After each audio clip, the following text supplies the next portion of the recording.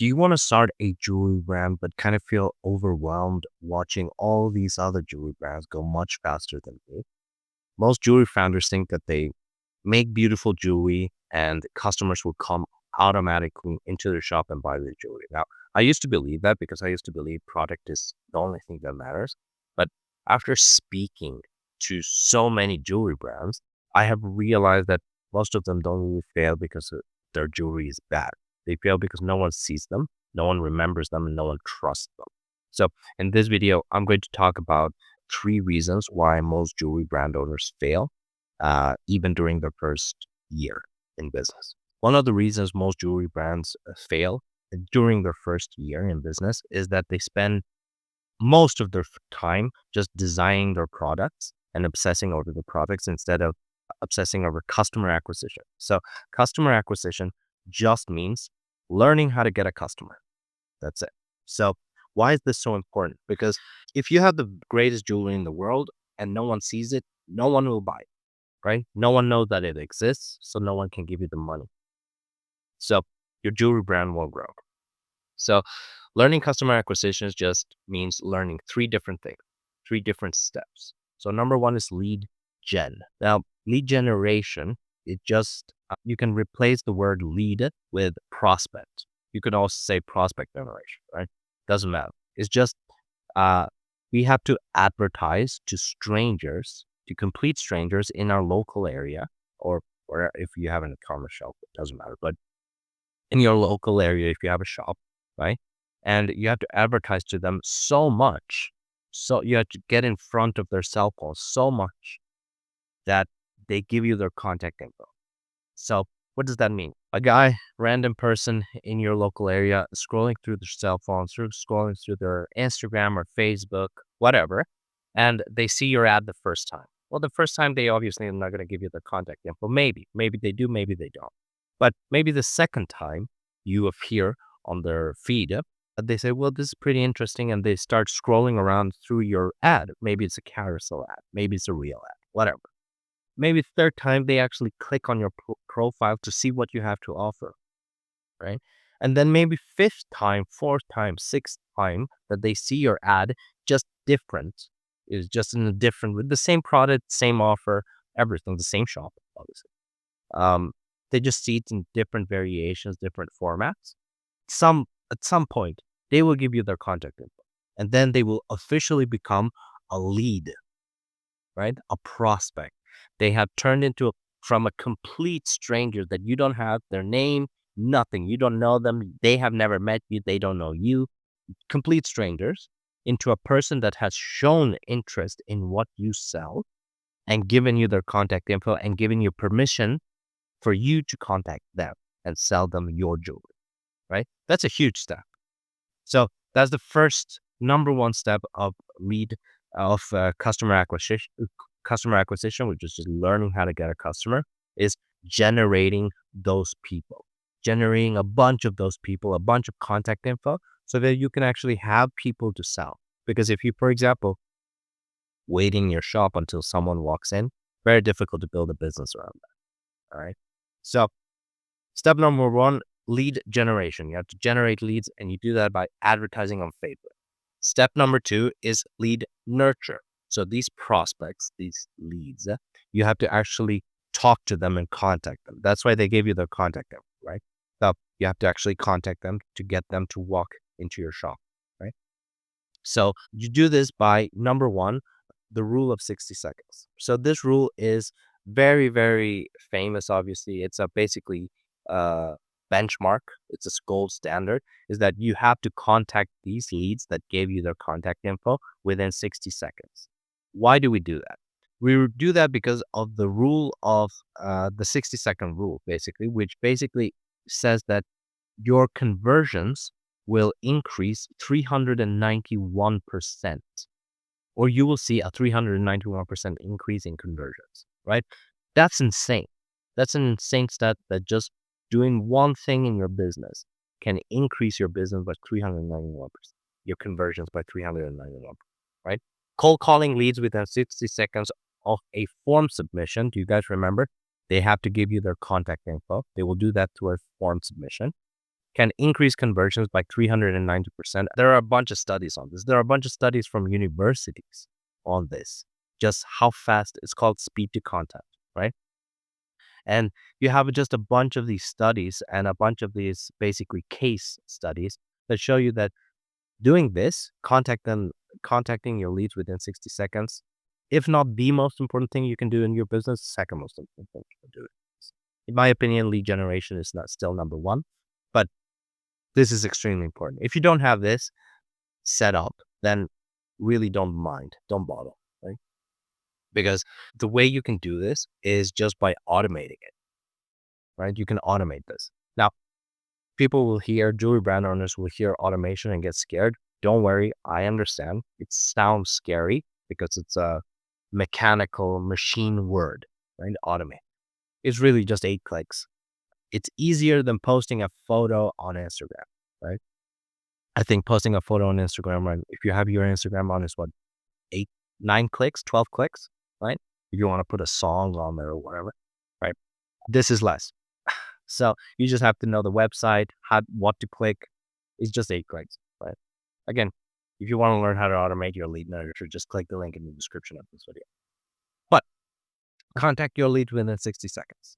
Now, another rule of lead nurture that is not talked about enough. Everyone talks about the 60-second rule. Everyone talks about it. Super famous. But another rule that no one talks about is volume of contact. So volume of contact, both within times that you contact them, right? Amount of messages that you send, and also places that you contact them through. So for example, when they give you their contact info, they are going to give you one email, two, their phone number. Now, that opens so many different possibilities because you can call them by your phone, you can SMS them, you can WhatsApp them. So you basically have 4 different ways you can contact them. You can email them, you can call them, you can SMS them, and you can WhatsApp them. This is basically places, and times will be, this is what I was, I'm an appointment setter, right? So set appointments. So they give you a bunch of leads, right? A bunch of leads, and you had to contact them, get in conversations with them to set sales appointments, to get them to the salesperson, right? So what we would do is we wouldn't want to grab a lead and just contact them through one place, right? Because what we found out after a long time, what the company found out, they already gave me it, right? But for example, you would grab your phone, your computer, wherever you're trying to contact them from, and you would go, let's say, into their SMS, right? Send them an SMS. You'd send it.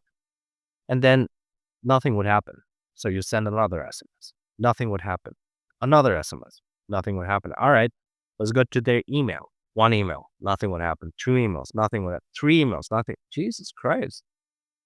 Do they want this or not? And that's when your mind goes like, do they want this or not? Maybe they don't want this. Right? I'll just focus on another person. Right? But don't do that. All right. Uh, then you go into the WhatsApp. Right? Then you do the same. And then you call the same. Right? So what happens is that most of the time, they don't even realize that you're messaging them. So why does that happen?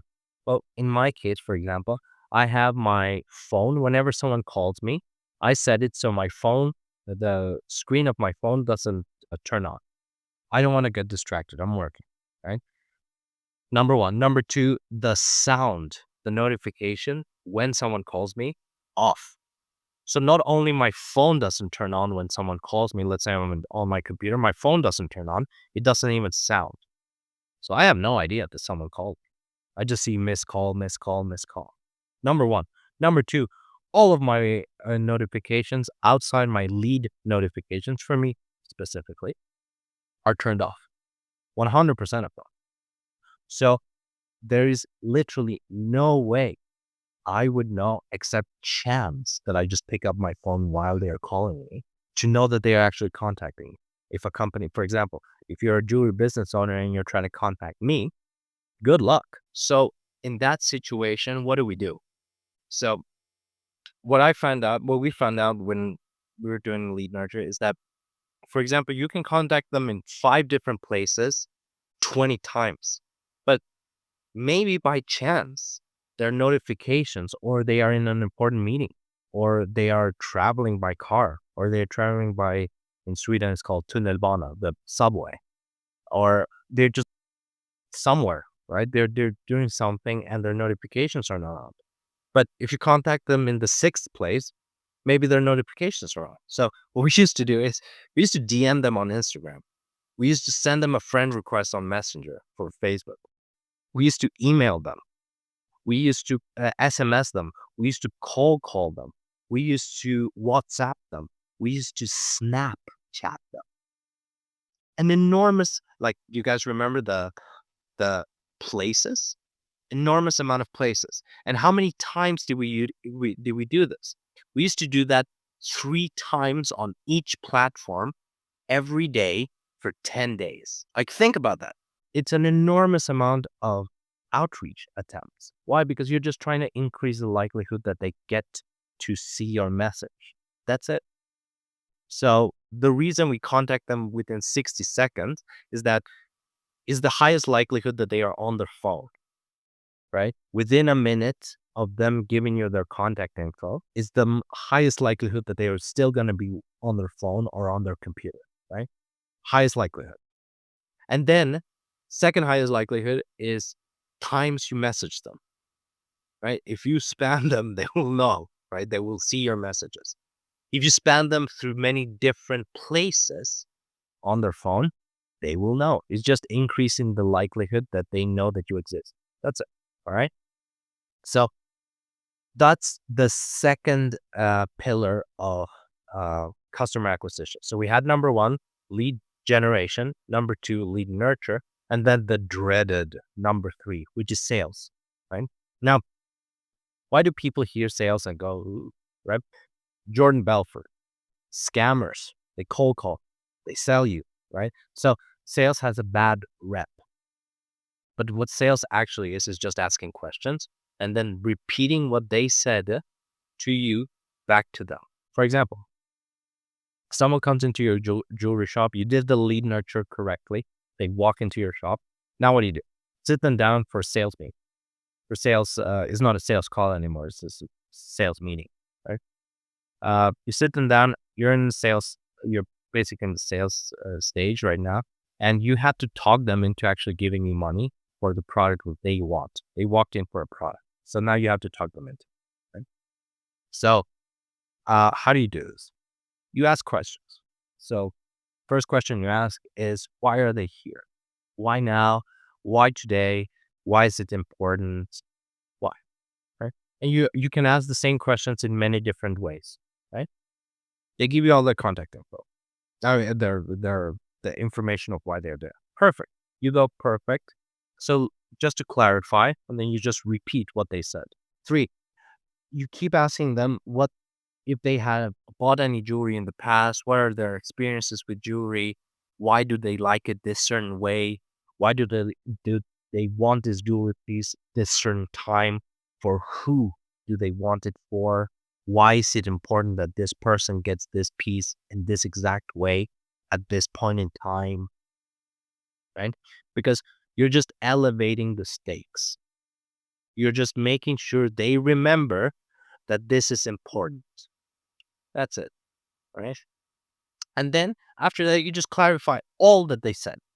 So what I hear, just to clarify, is that, correct me if I'm wrong, you're here because of this today, right? You had this problem, right? You have this person that you really love, and you want to give them this exact piece made in this exact way by this exact time, right? Correct. So this is very important that this happens. Correct? Right. We can totally we can totally do that for you. That's the pitch. We can totally do that for you. We can 100% help you. Oh yeah, for sure. We can help you with that. Oh, for sure we can help you with that. Right? So that's the pitch. So that's sales. So you don't really need to be afraid of that. When you tell them the price, you shut up, right? You say the price, then shut up. They will go, all right, got it. And then they will try to ask you some bullshit questions.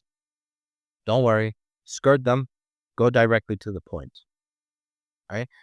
When you go directly to the point, what will happen is that normally they will try to back off, right? Because you would have said a very high price, right? It's expensive jewelry you're selling. We're not selling hobo jewelry. We're selling expensive jewelry, right? So it's going to be expensive. And what we want to do is, yeah, right. So what we want to do is we want to go directly to the pain point. Why are they trying to skirt? This is called objections. So what they're going to say is say, I need to talk to my wife. I need to talk to my husband.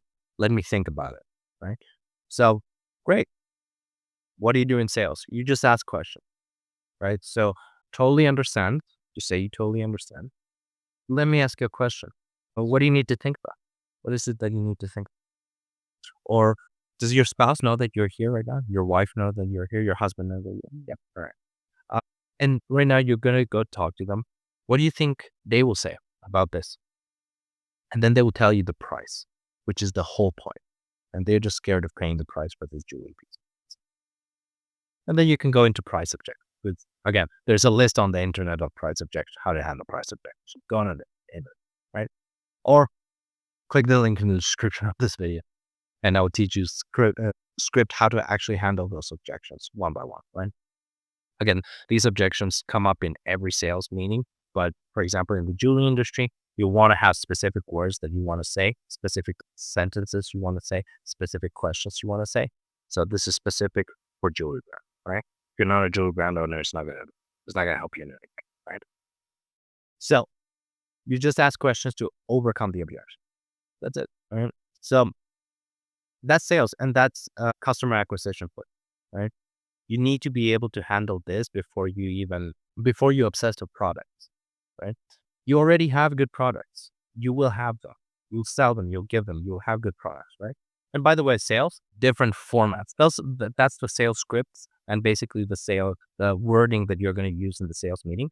But the sales structure is you can have, for example, an upsell plus a cross sell, or you can have a downsell plus a cross sell, right?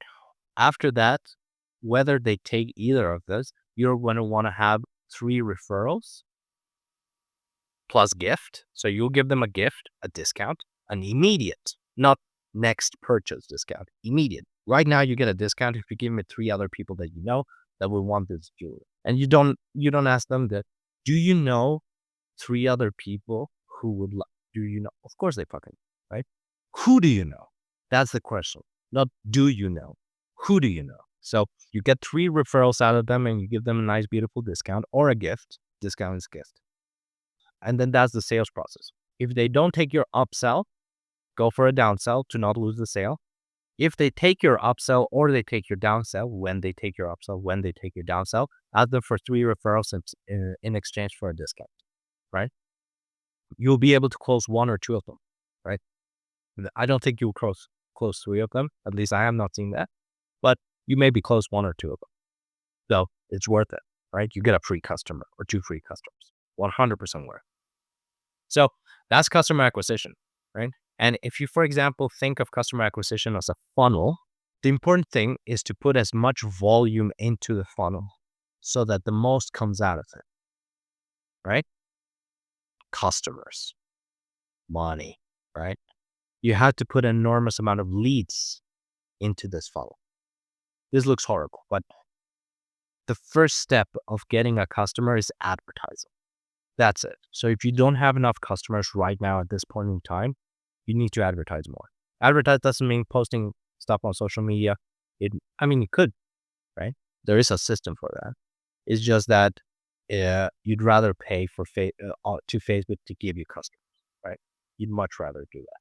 So that's customer acquisition, and that's the first reason why jewelry brand owners fail the first year is that they focus on designs, and they don't focus on customer acquisition, which is the number one most important thing.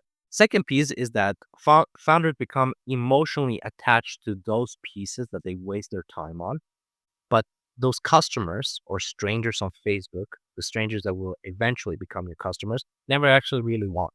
So you'd be surprised when you think that you have an amazing piece that doesn't sell. You'd be surprised. We have seen this many, many times. I've seen it. We just, but you'd be surprised. So what you want to do is either have content that worked with the pieces or have actual sales, right? That produced you money. And you want to grab that info and then put that into advertising, into ads, right? Into Facebook ads. So this is Facebook ads. So you don't really want to be advertising on a hunch or on a feeling that this piece is a beautiful piece, or on a feeling or your feelings, your objective expert feelings, right? You don't want to be really advertising on that. At least we have seen that these work much better. If you just grab the data of what the market already is buying, already wants, it will give you more leads. So you either want to grab, for example, in content, you kind of want to have content that has shares and or saves and or conversions, which is just sales, right? Content. If it has either one of these or all of them, it's better. You grab them and you run them as ads. No questions asked. You just run them as ads. All right. Don't think twice. Even if you think maybe this content piece is not nice, just run them. The market said it's nice. Do what the market says. Right. And then in the sales, so let's say you sold 10 pieces of one thing and 2 pieces of another. You don't want to really be advertising this. Right. Oh, obviously, if, for example, these cost like 100 times what these cost, obviously you want to advertise these, right? But if they don't, right? Let's say piece 1 and piece 2, this costs $10. It shouldn't, but actually this costs $1,000, and this costs $1,000. But this sold 10 units, 10 pieces, and this sold 2 units. Well, obviously, this one, don't advertise. Advertise this and increase the price, right? So this is basically what you want to be doing. You want to be able to grab the data that the market is giving you and grab that and just advertise that. You don't want to be advertising on a hunch. Hunch just means a feeling of yours that this will work. You want to grab proven stuff because remember, you're putting money behind this. This is paid advertising on Facebook. So you're putting money on this. You don't want to be betting. You want to grab something that's already done. We don't want to be gambling. This is not gambling. This is advertising, right? So don't gamble, advertise. Grab the data that shows you what's already working and advertise that, and only that. And then you can duplicate, right? Third reason and final reason why jewelry brands fail even in the first year of business is that they expect Instagram posts alone solely to create sales, right? And I can add to this is that they not only expect Instagram posts, but they expect referrals, right? Referrals to get them customers. Now the thing is that referrals are inconsistent, and Instagram takes an enormous amount of time to generate an enormous amount of following that becomes your distribution base, right? That just means an enormous amount of people know you, follow you, you like your stuff, and you can sell stuff to them, right? That takes an enormous amount of time. So what we really want to be doing is using these to advertise, right? To advertise on Facebook and on Instagram, by the way, right? So for example, what we'll do is we'll post 30 posts, organic posts per week in 1 week. And then we will see the ones that actually got saves, the ones that got shares, and the ones that maybe very unlikely, but maybe got conversions. Conversions just means someone saw your post, Instagram post, and actually became a customer, which is something weird to do, especially when you're starting out. Never happens, right? Maybe it's family or friends, right? That could be. And even though if it is family or friends, you want to grab that one that converted because you posted 30 of them, which means they saw 30 of them and one of those they liked, and then they became a customer, right? So that's what we want to do. And then we want to grab this info and we want to grab the posts that performed well, that had either one of these, and we run them as a Facebook ad. And then what we are going to do is we are going to create many different, I think the camera will. Anyway, we want to create many, many different variations of this same ad, of this same winning ad, right? So this is 1, this is 2, this is 3 times 30. Remember, per week, right? The way we do this, by the way, is very simple. If you have, for example, Reels is different, carousels, right? But if you have a photo that either had saves, shares, or conversions, it's very easy to zillion them out into a zillion ads, a billion ads, right? So how do we do this? Is that we just grab the one photo, and let's say this photo has a pink background. Well, next photo will have a green background. And then the next photo will have a blue background. And then we'll have all of these colors, orange background, red background, whatever, burgundy background, whatever, right? And then after that, we'll have like 90 different ads. Okay? And then are we going to stop there? Of course not, right?